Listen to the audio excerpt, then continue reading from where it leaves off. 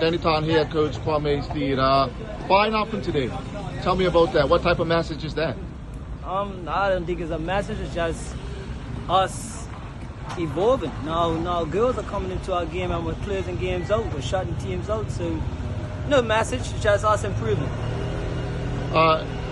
The word around Dennytown over the last couple of years as it relates to Tina Richardson, people favor him as a center back. You've been brave and played him in attacking midfield role. Can you speak to that?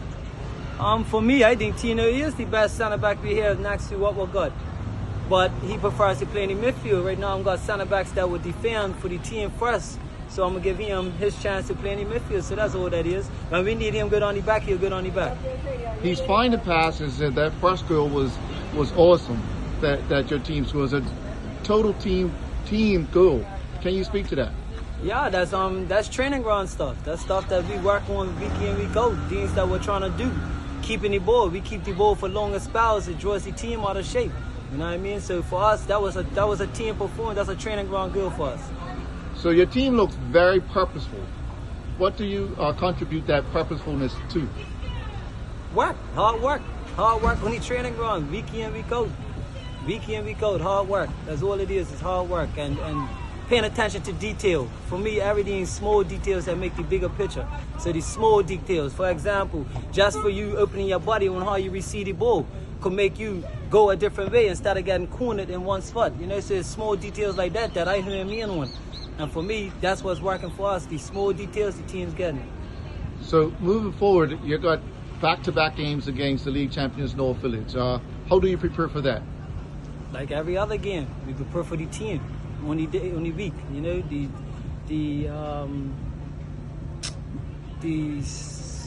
I can't even get the word out, but right now we're just preparing for each game as they come. So each team will get prepared for it at that time. So we're prepared for Village now.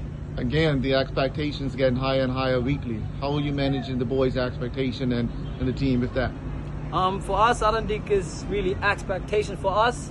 They feel they want to be champs, so they have to put the work in. I tell them they got a target on everybody painted us to be league champs already, so I tell them they got a target. Relish it. Run with the target. They want to put a target on us, run with it. So that's for us. If you're the target, that means you got to work extra harder. DOC Moore, what's your take on the game today? It was a hard-fought match. We showed these spoils. Obviously, like I said, everyone comes and looks for 3 points, you know what I mean? So we don't play by ourselves, we play against an opponent.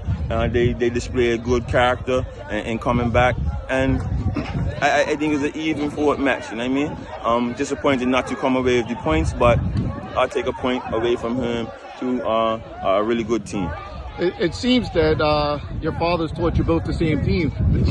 If it's a draw today, but where do you go from here? I don't know. We meet them on Wednesday and the dud leave, so we go back to the drawing board. Obviously, I don't want to play my hand in the media, but I might have a few things up my sleeve. Seems the players, everybody were disgruntled with the officiating today. Can you speak to that? No, I don't really want to speak on the officiating. You know what I mean? At the end of the day, as a team, we have to take the officiating out of the game. As far as we have to play, we can't make the calls. Obviously, we might object to some things that they call and disagree or whatnot. But we have to. We can't point fingers, Vance Brown, hard-fought match. Can you tell me a bit about the match today? Yeah, it was a difficult match. Somerset really came to play, and we didn't look like we were off for it in the beginning, but in the end, we got a fair result. So the rhythm of your team wasn't there today. Is it because Wally is missing? He seems to control the tempo of your game and the rhythm of your game. Was that a big miss for you today? I wouldn't say that. I would say more we just need other players to react.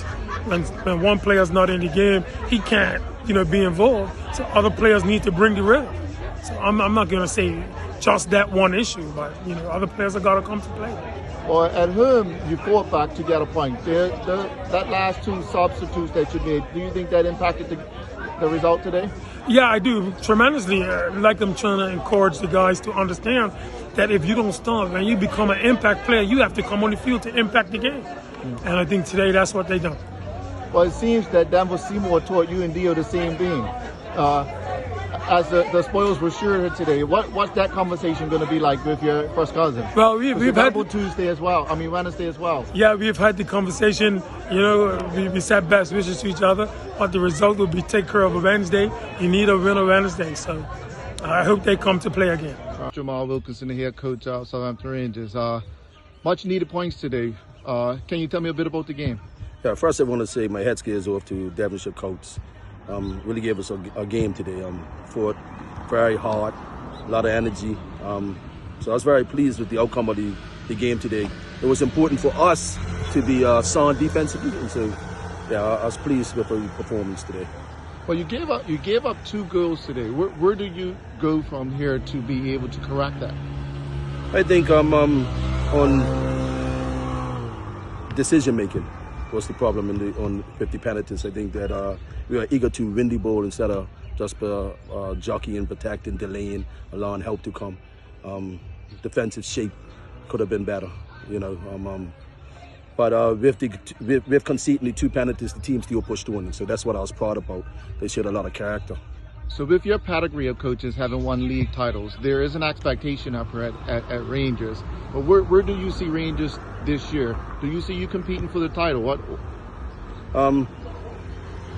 We definitely still believe we can win the league.